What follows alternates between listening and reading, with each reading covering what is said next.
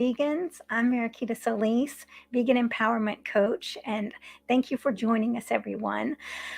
Please let us know where you're joining from and give us your questions, your comments, anything you need help with here today, because I know that we've got a lot of sometimes we get a lot of challenges. So I'm excited to welcome my guest, Marian Erikson, plant based briefing podcast. And she's going to give all sorts of insight that can inspire other people that we not have thought of.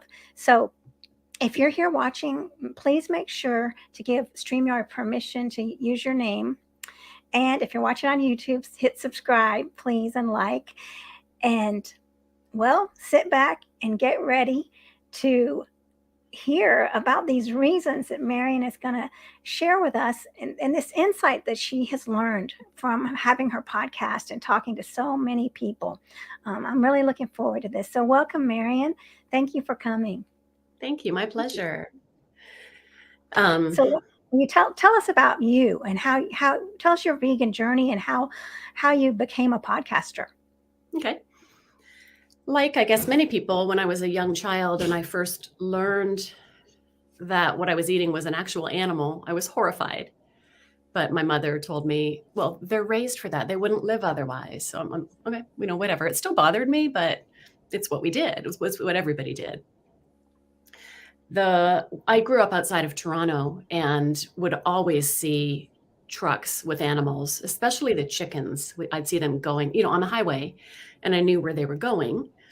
And the chicken trucks were so disturbing because the chickens are crammed in those crates, legs sticking out, some upside down, just horrible. So, when I was a teenager and driving, I'd see those chicken trucks and I think, oh my gosh, I'm going vegetarian. I didn't know what vegan was at the time.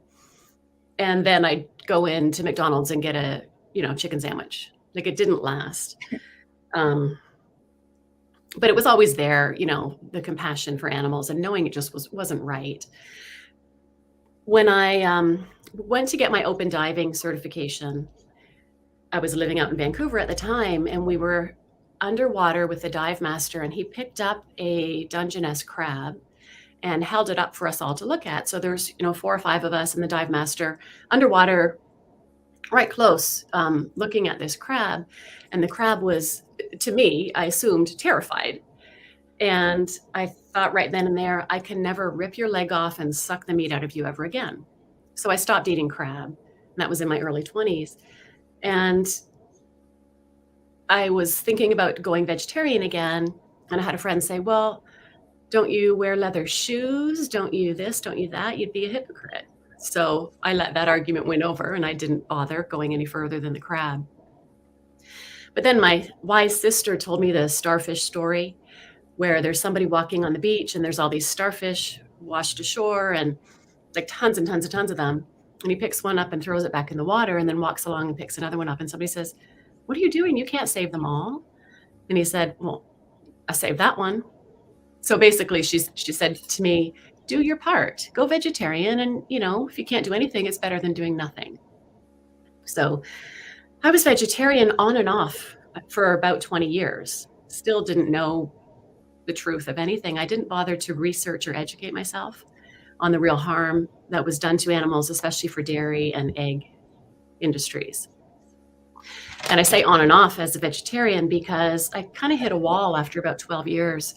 We ate out all the time. We had 2 young girls, and I was just sick of the, awful options that were available to me. And I'm a big researcher, so I was thinking about starting to eat meat again. And I researched, and based on what I was searching for, I found that, I can buy humanely raised animals, and that'll be just fine. I even called up a local pig farmer, and she talked about how she drove the pigs herself to get processed and said, I give them such a happy life, but I don't want them to be scared on the way to getting processed. And I bought it all. And so I say I was duped by the humane hoax, because I just, based on what I searched for, I got the answers I wanted and justified eating animals again. But then my conscience was still working, and started going back to being vegetarian. Well, actually, I went to pescatarian. And then my conscience was still there, and I thought, do fish feel pain? And I Googled that exact question. And yes, of course they do. So I was back to vegetarian, and for a few more years, again, still didn't look any further than those couple of Google searches. So I didn't know anything about dairy and eggs. And then I was, this is a long story, but I was just researching, looking up recipes and stuff, and I came across some comments on one, and they said, oil's bad for you. I was like, what? I had never heard that. I roast my vegetables in oil and all this stuff. It led me to Chef AJ, and I heard her on the Rich Roll podcast, and led me to buying a book called The Whole Foods Diet. And I bought that book right before we went on vacation. We're on a week's vacation, and I'm reading this book by the pool, and it's all about how bad meat, eggs, and dairy are for you, and how good a whole foods plant-based diet is. It's written by, I've got it right here, John Mackey, and he was the founder and former CEO of Whole Foods, and he's an ethical vegan. But also Alona Pulday and Matthew Lederman. They're the doctors that were in Forks Over Knives. Didn't know any of that at the time. But so I'm reading this book at the pool every day at the resort, and I keep elbowing my husband, saying, oh my gosh, listen to this. Oh my gosh, listen to this. How can we not know this stuff? Like everybody, when they first learn about the whole foods side of things, how the whole foods diet side of things, how,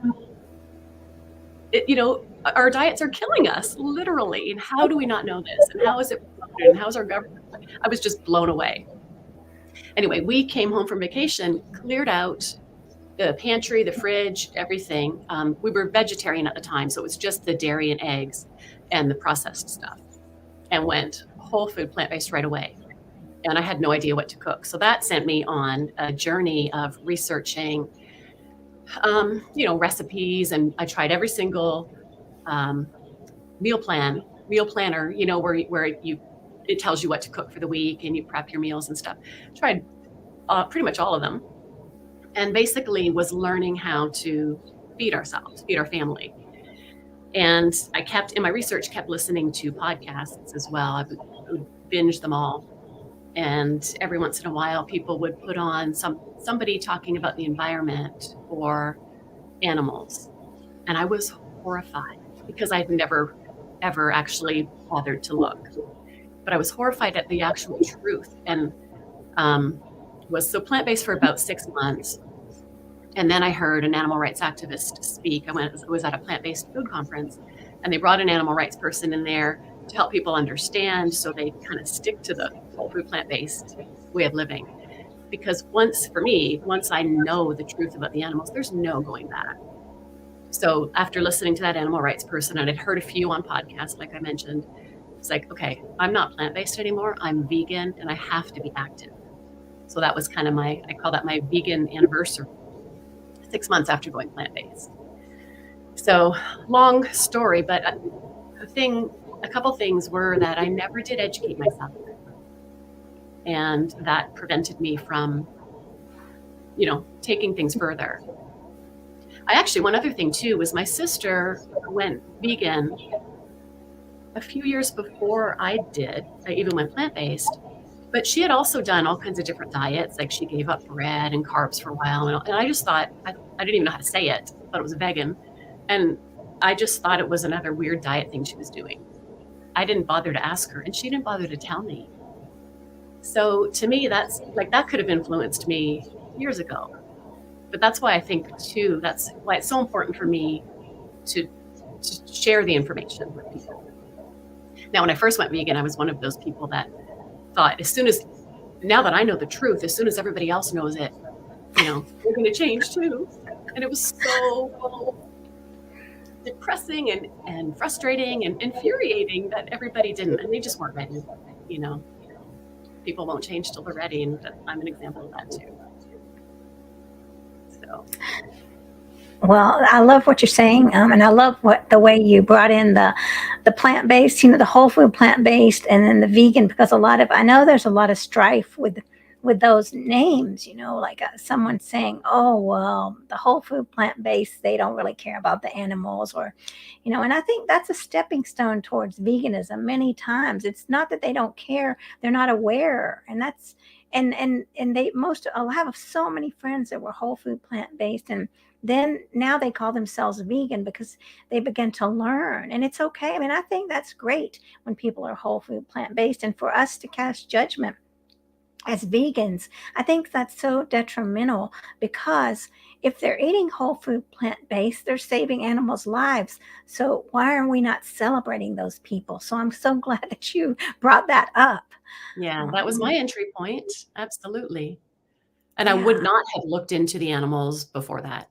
I mean, I didn't, but once I was already researching things and learning more, I think that people, whatever way they come to it, I think is wonderful. Some come to it through the environment. And just the more you learn, the better you do, or the better you should do. Once you know better, you do better, hopefully. Yeah. And the more you know, I mean, the more we know about all of it, Mhm. environment, animals, health, world hunger, right? The more that we're able to speak on different levels to whatever the person is interested in. And I see this another thing a lot is where a lot of vegans only want to talk about animals, and then they want to judge people, right? Well, if they're not interested in animals, they're terrible people. But I mean, if they're not interested in animals, that's okay. Let's see what they're interested in. Maybe they're interested in the climate, maybe they're interested in health, but let's not cast them off as terrible people and shame them. Let's keep the doors of, the communication lines open, so that we're able to help them in whatever area they're interested in. Mhm. Um, so, I agree. and yeah, it sounds like you interviewed a lot of people on your podcast. I love that there were 10-minute little short clips, easy to grasp, easy to Yeah. Well, I hold. don't actually interview. I just curate content and Oh, read that's it. right. Yeah. So That's right. that's what I love about it. I got this idea from somebody else. There's a podcast called Optimal Living Daily.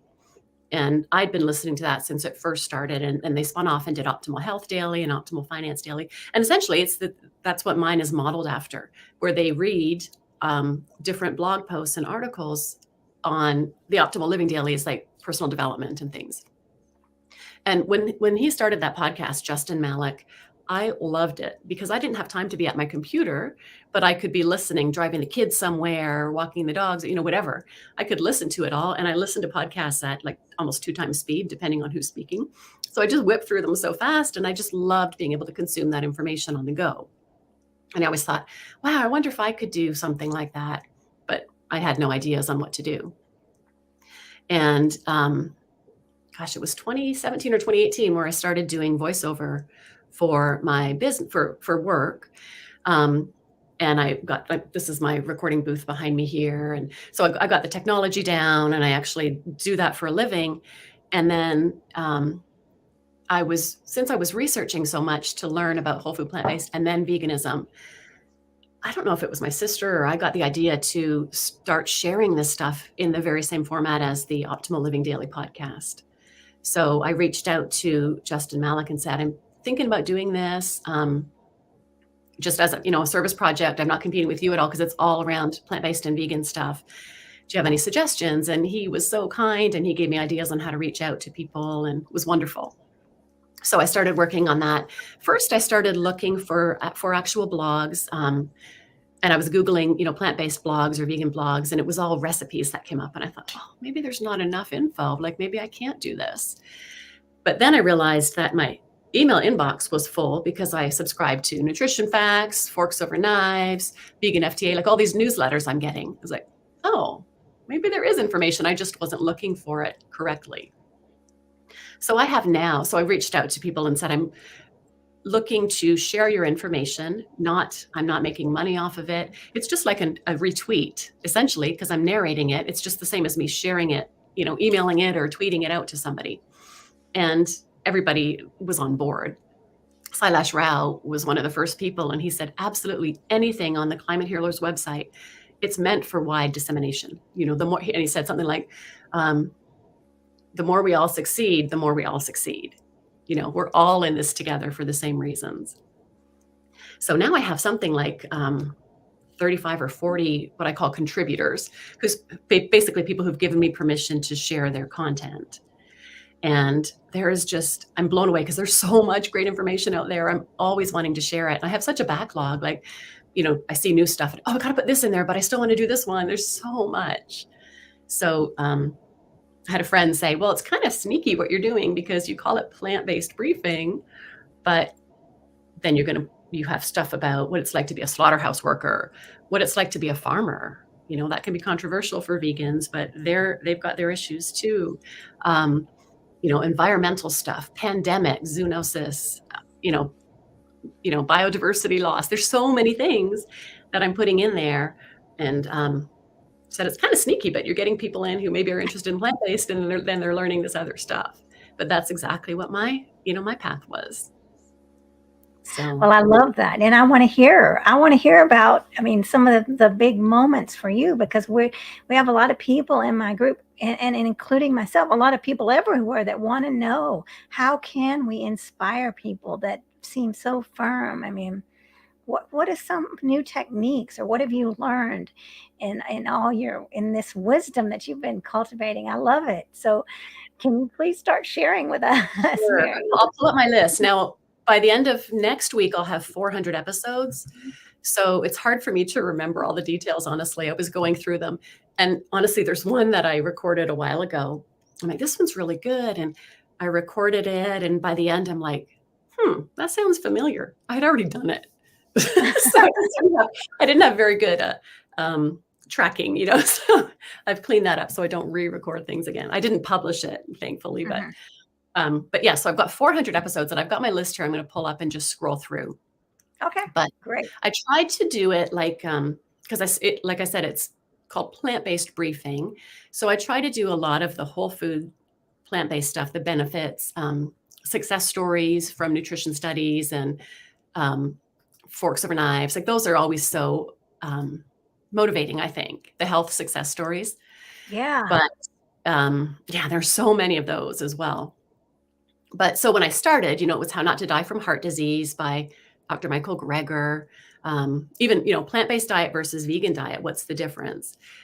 And just a little note on that, the word plant-based doesn't mean vegan by any means. I think Panera Bread has a plant-based menu, and they have their mac and cheese on it. So I reached out to them and said, oh, you're using vegan cheese now? No, but that's our plant-based menu. It has plants in it. Is that what plant-based means? Apparently to some people, yeah. Right. People are very tricky, and I went to Panera recently and asked them for vegan, and they really don't have anything. So I know. Unless you get a salad without the chicken or whatever. Yeah. Yeah. But plant-based has become such a hot term. Like, there's plant-based toothbrushes. It's kind of plant-based pickles. Yeah. But at least that's food. Yeah, but that's funny. Eh? Plant-based pickles. It's funny. So one of the early ones I read, where I did 4 about health, and then I did, animals in testing. And I'm sure probably a lot of vegans know about that, but just that there are so many better ways to do research now. Instead of using animal methods, there are non-animal methods that are becoming more and more popular. And in this article, they gave an example that, despite over 150 experimental treatments being tested on animals, not a single effective new stroke drug has been developed in the last 30 years. And close to 100% of Alzheimer's drugs tested in animals fail when tested in humans. And those numbers are similar for a lot of drugs, that the animal testing rates don't translate to humans. And Dr. Michael Greger talks about this a lot. It's like, it's a mouse, it's not a human. We're very, very different. So, and then that while so much research and money is being spent on animal testing methods, it's not being spent on the newer technology. And we are suffering as a society because, it doesn't work for the most part. So money could be spent on newer technologies and actually getting cures for things and answers to scientific questions.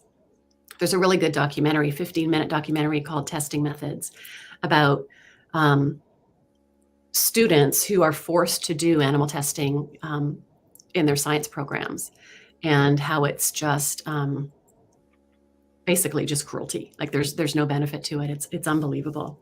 So this documentary is this group of women who went through that, and now they're so heartbroken about the animals that they tortured and killed, but they're actually fighting to make changes. So Gosh, the whole it's called go.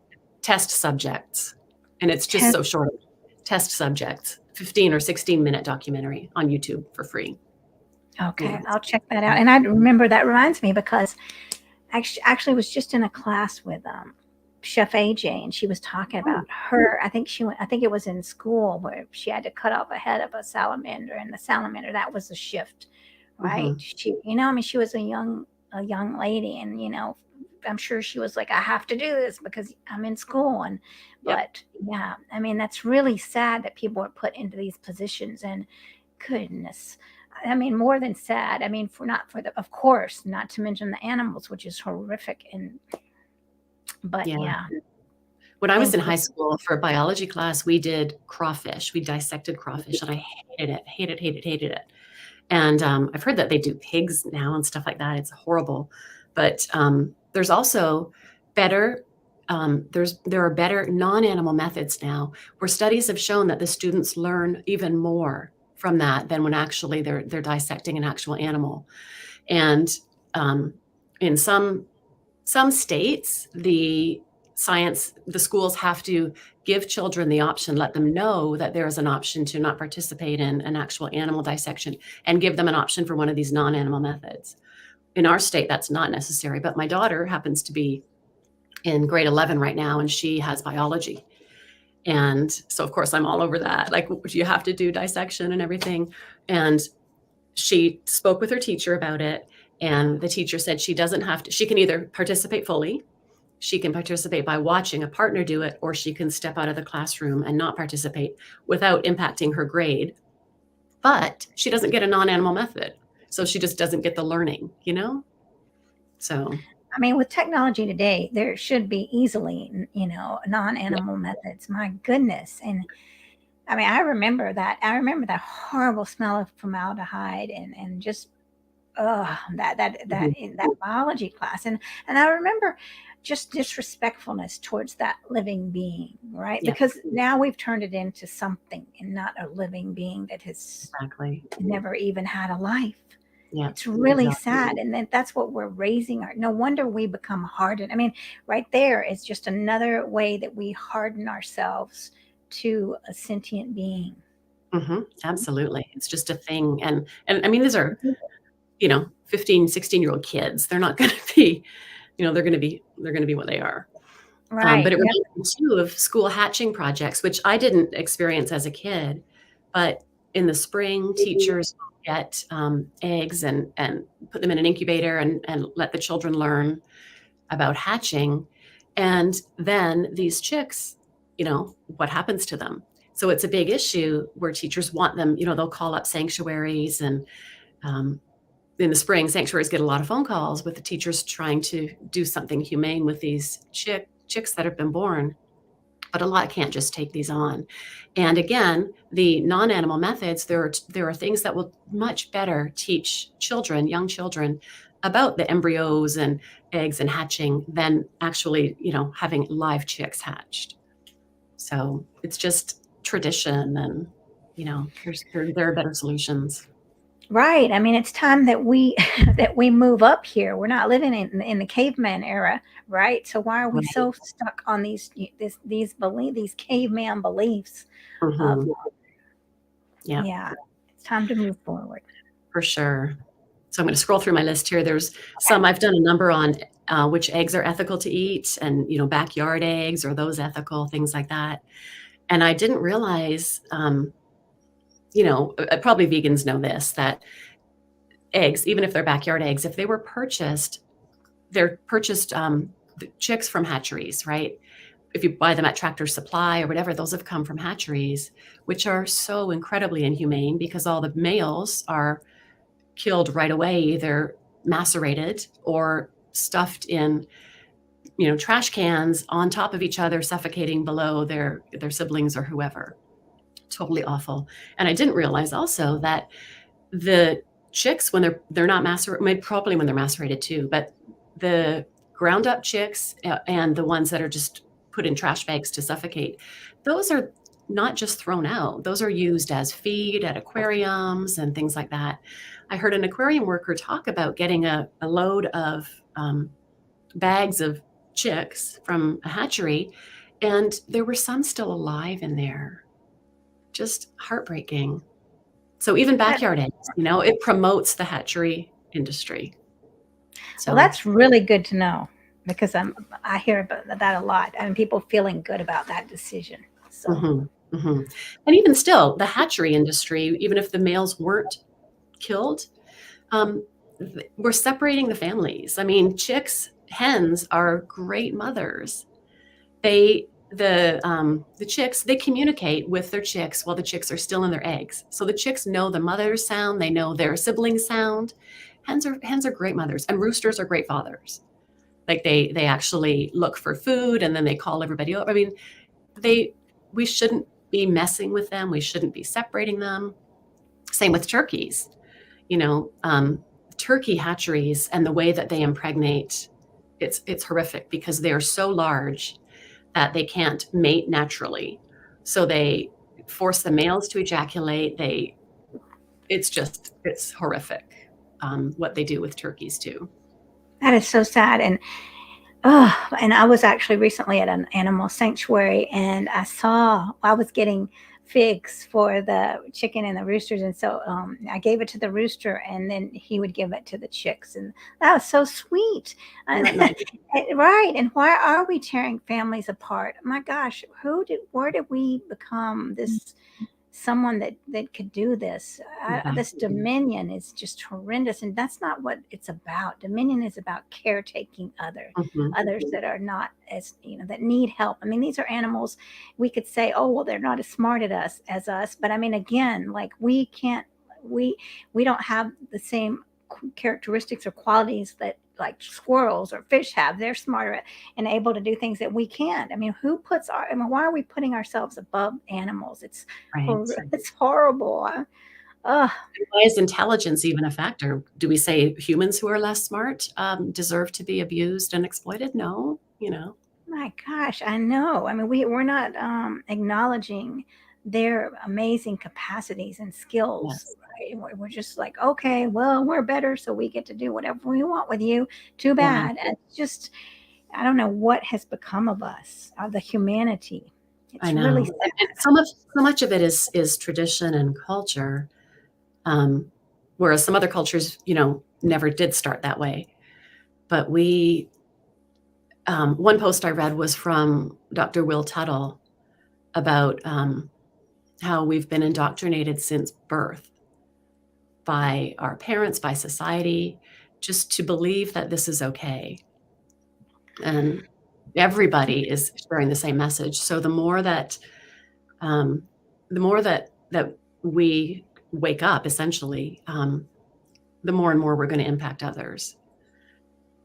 And Yeah, I and think so many people are. I think it's happening faster and faster because I know so many vegans who have only been vegan for the last few years.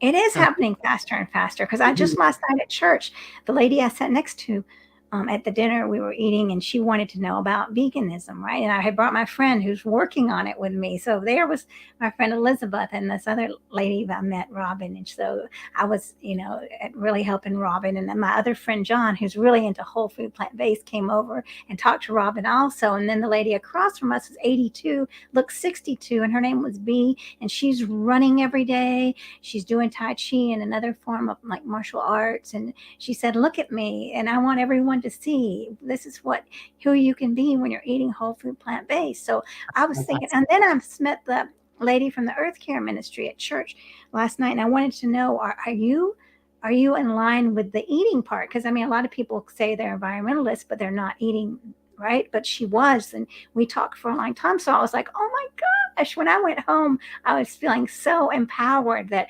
wow, that there are people are here and they are changing, and I might not know about it. If I hadn't said I'm a vegan, I would have just been sitting there and having my little vegetables and everything, gone home and thought, well, who knows? But because it That's came really out, great.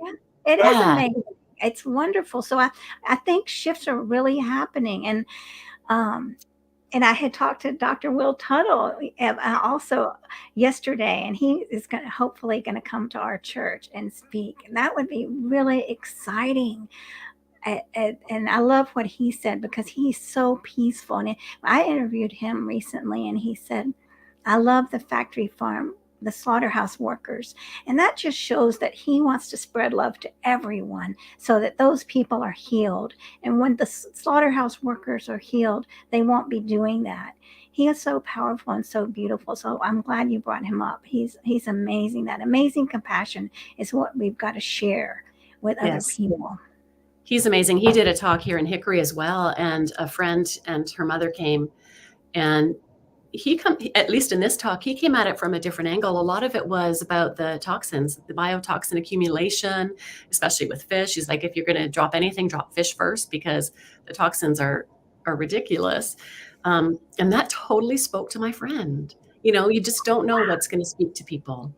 So yeah, he's fantastic.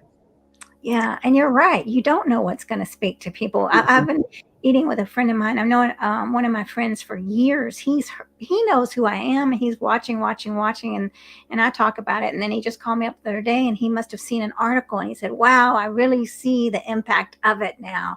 And it was amazing because planting seeds, Yes. and then it doesn't have to be me, right? I don't have to be the one to really make that big shift, because if you're out there, you might share an article and someone might be like, oh my gosh, it finally hit, right? So if you're doing that, and you never know what's going to happen. So it's very inspiring to hear these stories. And that's what we have to do, share the Absolutely. positive stories.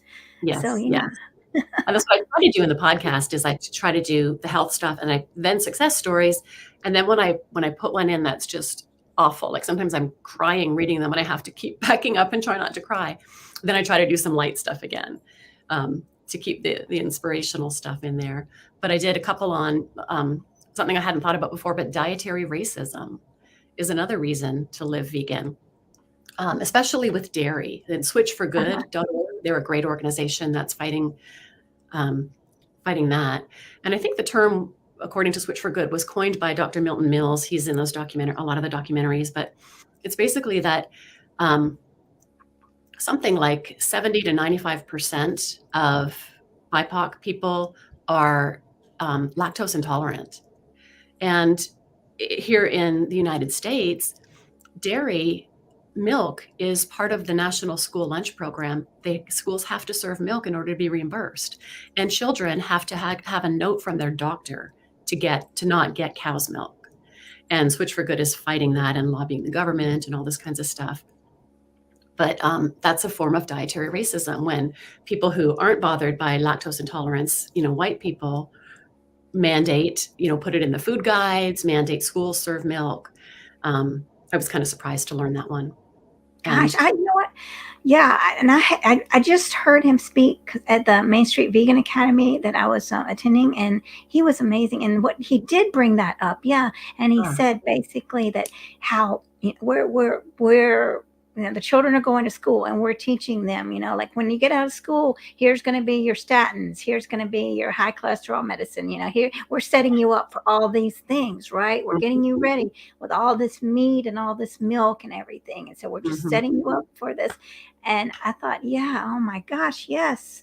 Yes. And that reminds me of what I wanted to say about Will Tuttle. He said it's a miracle that anybody's vegan.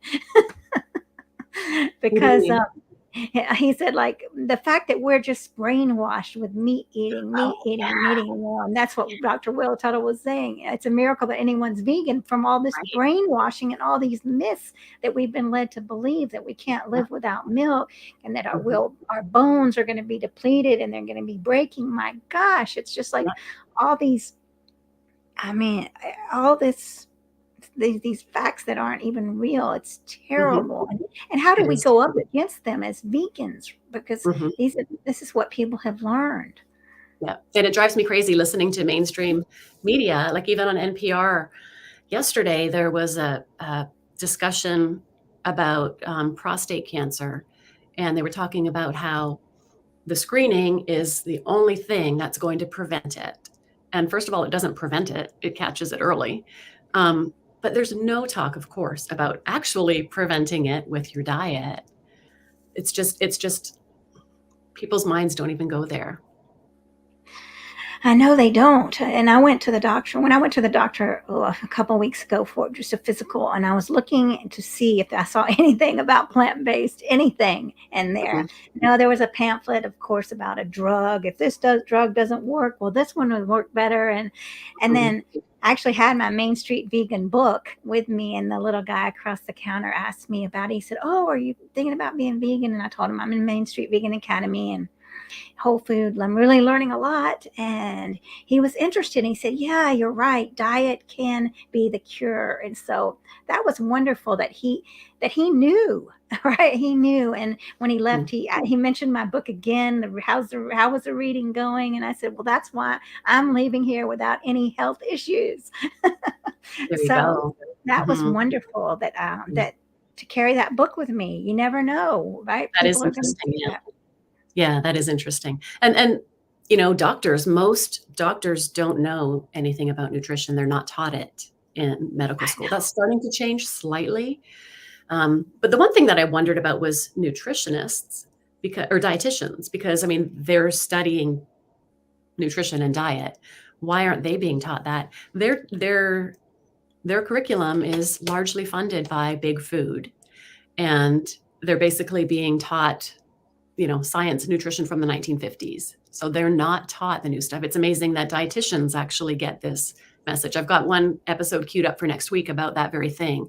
A Canadian dietitian who, was taught the whole thing about meat, dairy, and eggs and how important they are for your health.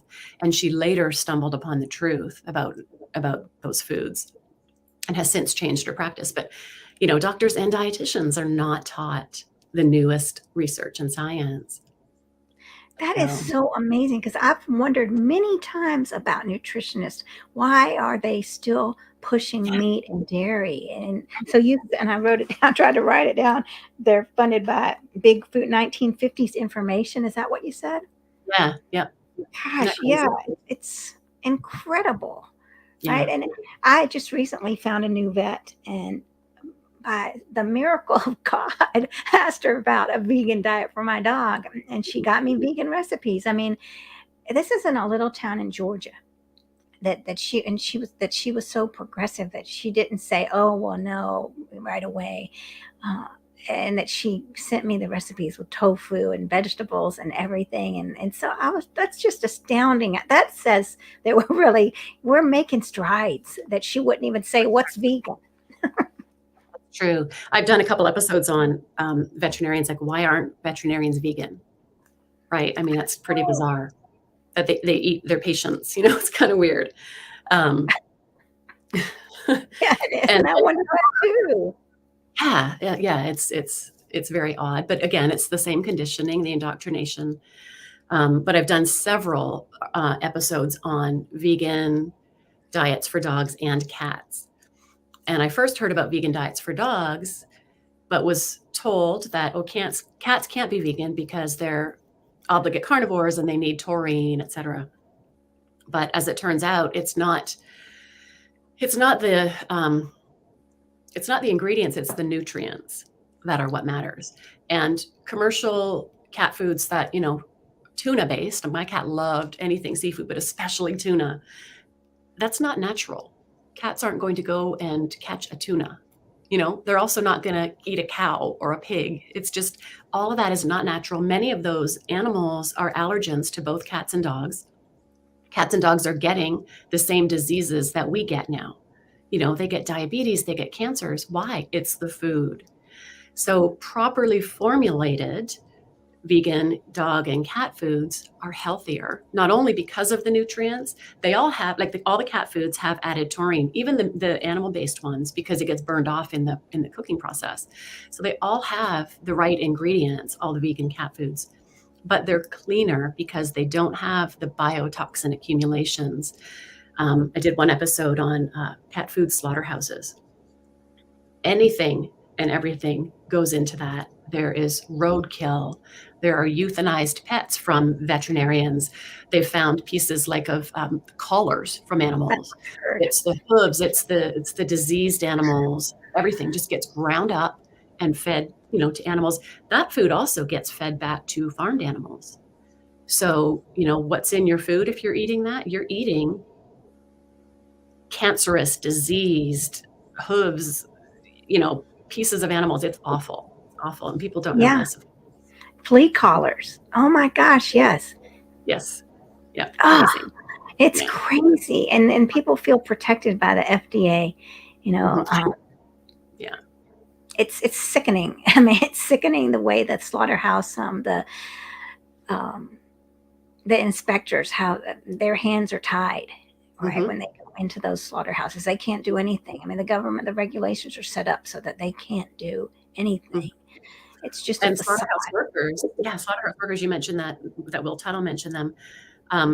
They're one of the reasons now I say I'm vegan as well, is for the workers, because those jobs are not, people don't say when they're I want to be a slaughterhouse worker.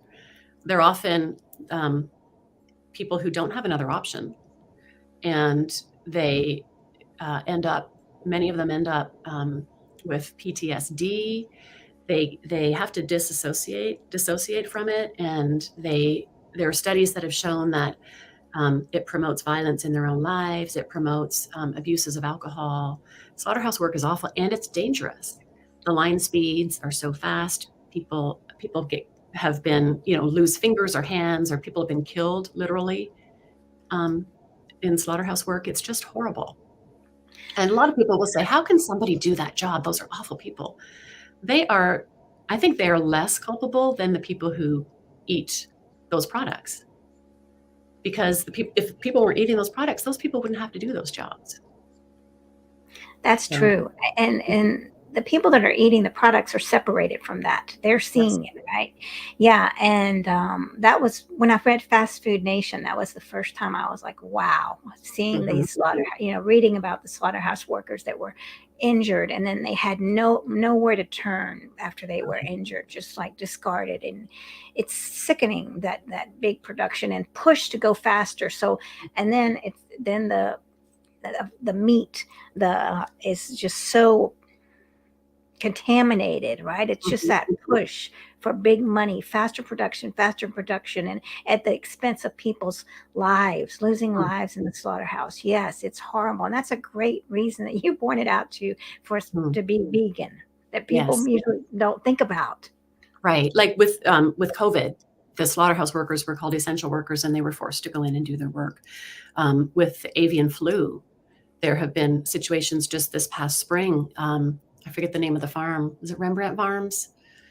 The guy that owns the Minneapolis basketball team, multi-billionaire guy, owns this. Anyways, they had a bird flu outbreak, and pandemics are another reason to live vegan, because it's in usually poultry production and pig factory farms as well, where these like the swine flu and the avian flu, they actually thrive. The viruses thrive there. In nature, these viruses don't mutate and thrive, because there's such a biodiverse group of plants and animals and everything. But like for chickens, for example, I've done a number of episodes on this, where these animals are in like a hen laying factory farm shed, can have 100,000 birds. These birds are all usually immune compromised. They're they're the same genetically, so the viruses thrive in there. And that's how the H5N1 bird flu virus developed, was in a chicken factory farm. And so it's one thing to think, well, then that's why they kill all these birds. As soon as there's an outbreak, they kill them all. And there's something called ventilation shutdown, which is the most inhumane, disgusting thing. And there have been investigations that have shown how it actually works. And basically, they turn off the heat and then they basically cook, or they turn up the heat to 104 degrees, sorry, and they basically cook these animals to death.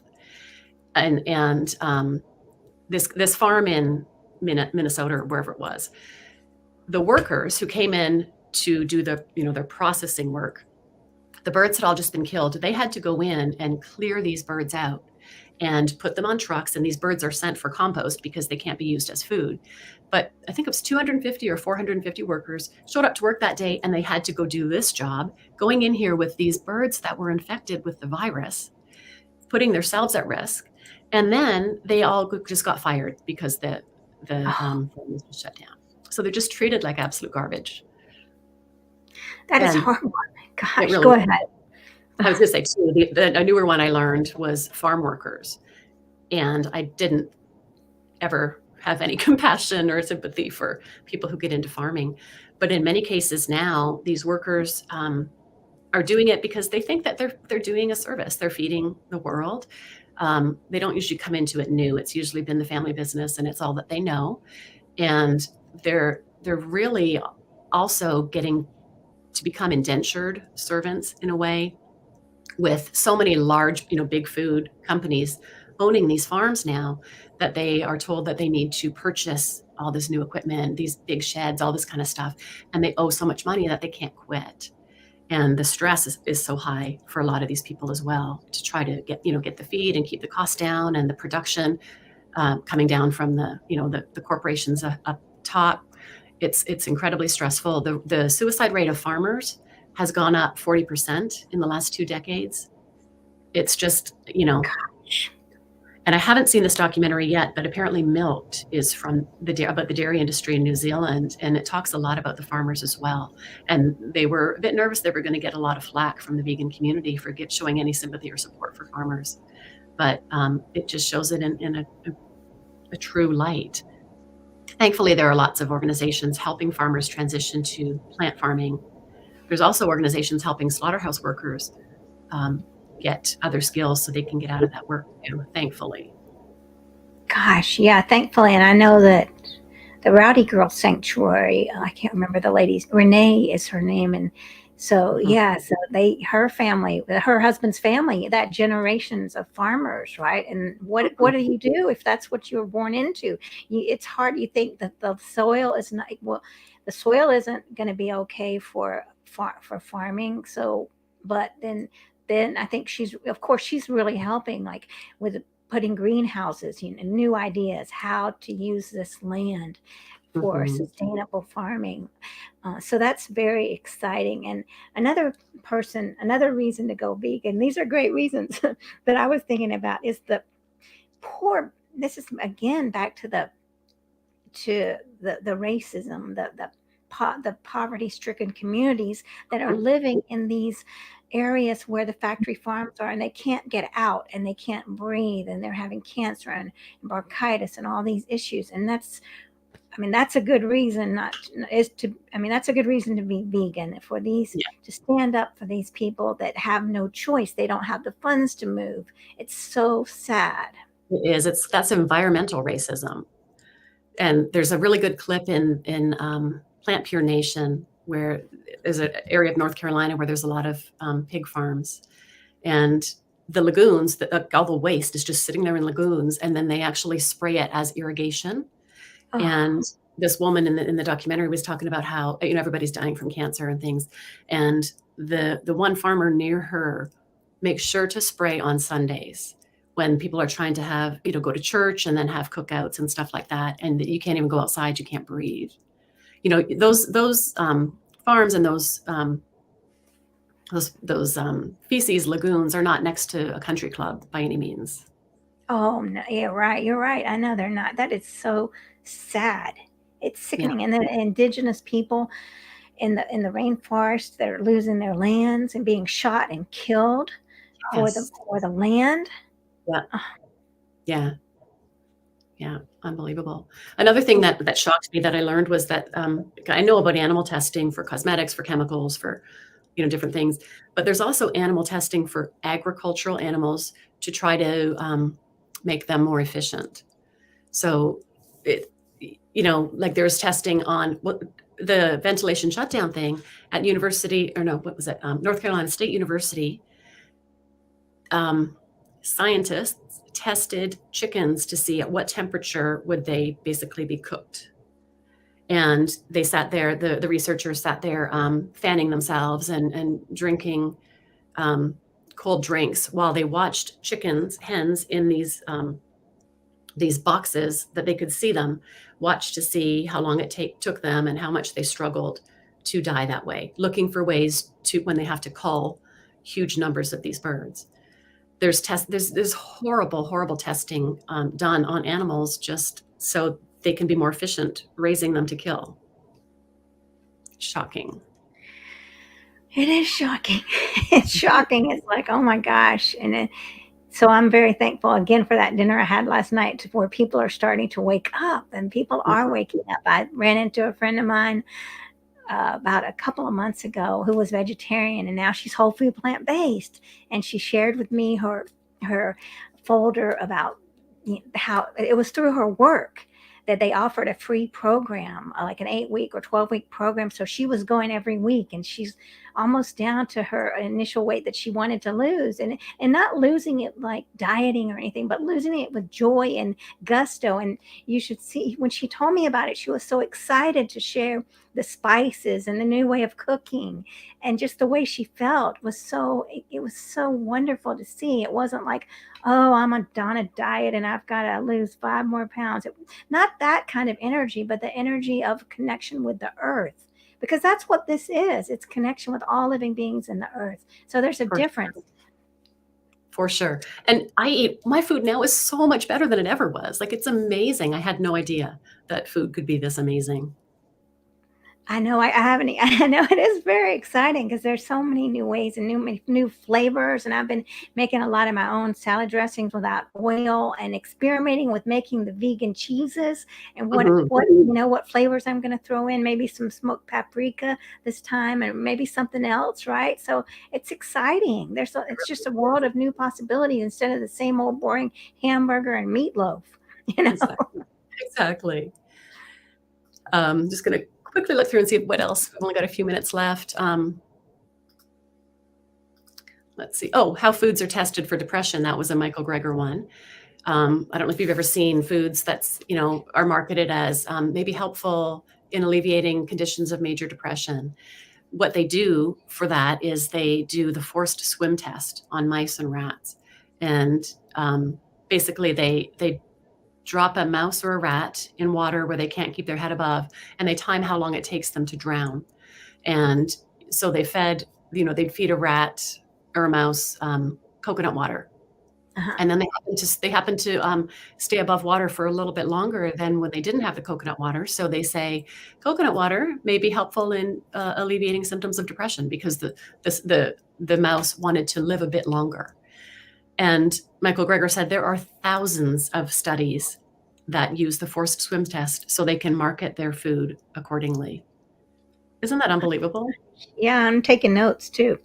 This is horrible. Yeah, it is unbelievable. But these are very important things that we can use. I mean, to be effective activists that people aren't aware of. Because even my friend was just shocked at hearing about just something that's pretty well known. I mean, the mother cows being separated from the babies, and how traumatizing that is. But that was very shocking for her. And she said she's trying to get her daughter to quit drinking milk. And so that did have an impact on her daughter, was hearing about these male baby calves that are being killed, right? And that the daughter's taking their milk. So yeah, it's when we have all these new awarenesses, it's really effective tools for speaking for animals and for our health and for the environment.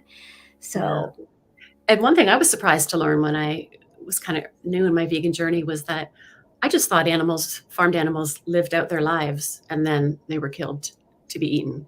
but they're all killed at such a small fraction of their natural lifespan. Even dairy cows, I didn't know that. And egg-laying hens are killed at about 2 years old, 1.5 to 2 years old, when they'd normally live, 10. So it's not like they live a long, happy life and then they're killed by any means. Yeah, it's a horrible life from the moment they're born. It's incredible that this can even go on. And people aren't even aware of the gag laws, that you can't go into the factory farms and you can't take photos and you can't. I mean, I guess the reason those little piglets got, with that, the court trial with the activists that took the two little piglets, because they didn't have any value on their lives. The piglets weren't worth enough money. So I mean, oh my gosh, that's horrible in itself. But you know what I mean? It's